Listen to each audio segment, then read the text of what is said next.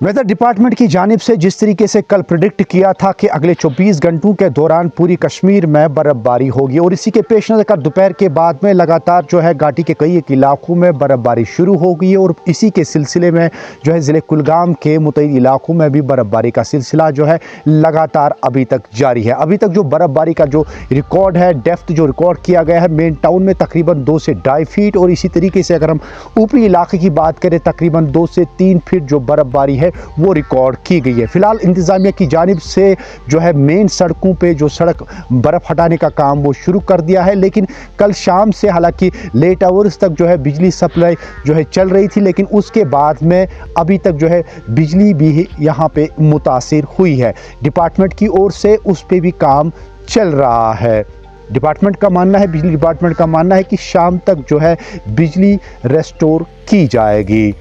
कश्मीर उज़्मा के लिए मैं कुलगाम से अज़हर हुसैन।